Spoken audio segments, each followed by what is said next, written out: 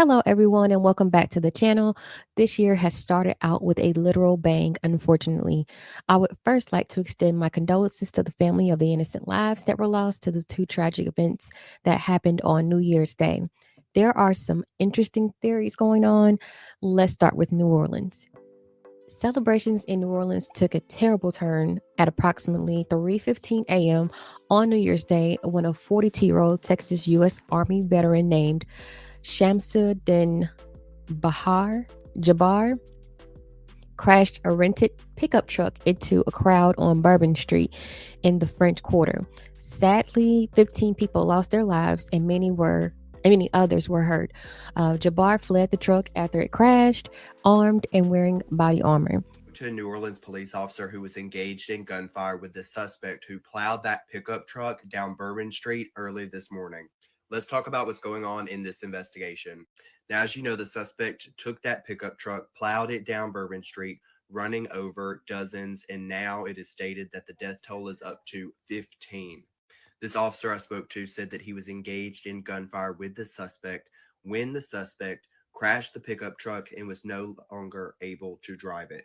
Now, after the suspect realized that the pickup truck was no longer drivable, he emerged from the pickup truck with a rifle and started firing upon officers.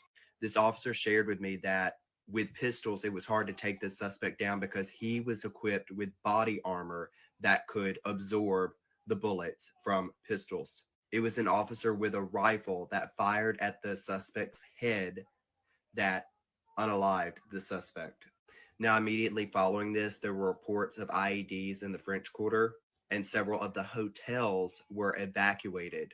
Today, the FBI cleared out a lot of the French Quarter area to search it, including evacuating residents from their homes. This officer told me that the authorities are currently looking for multiple assailants who are involved in this terrorist plot, including the planting of IEDs around the French Quarter. Now, one thing I want to remind everyone as a New Orleans resident is that this is not what our city is all about. And this out-of-town suspect came to our city and wreaked havoc. I also want to remind those who are planning to come to New Orleans or visiting the city to have grace on the police officers that are responding to and taking the calls of the city. This officer stated to me that he himself and several other officers worked up to 20 hours last night and to today as a part of this investigation and meeting the other needs of the city.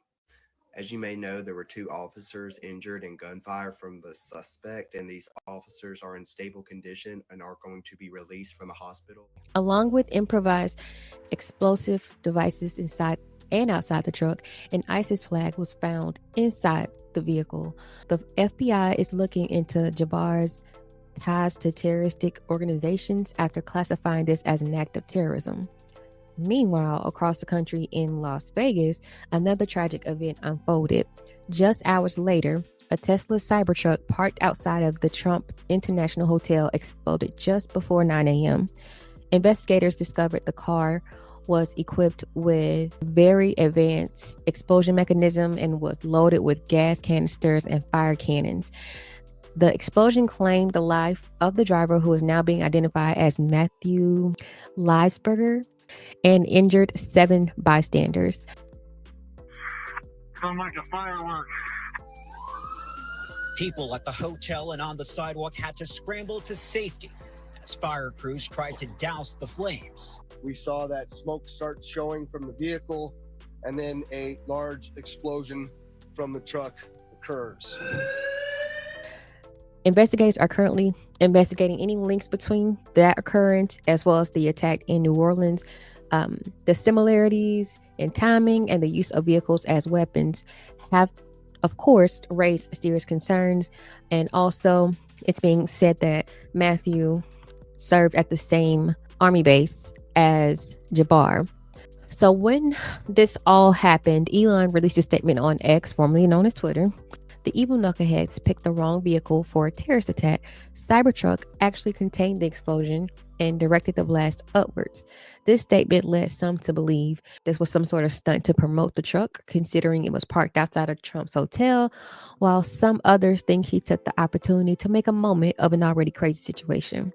Of course, there are those who think that this is a strong message to Trump and Elon since they've been working so closely together. I've seen some people expressing something big seemed to be coming in 2025. Some speculated another pandemic underway with the bird flu spreading. I just find it all interesting in reference to timing. I mean, even the attempt on Trump's life during the election raises, some more, tingling feelings about what's going on in regards to this matter. It's a lot to unpack. Of course, I always like to know your thoughts. Do you think it's all connected? Our thoughts go out to the victims and their families during this incredibly difficult time. Some of their images have been released to the public. I'll continue to bring you updates as these investigations unfold. Please stay safe and always remain vigilant. Thanks for watching.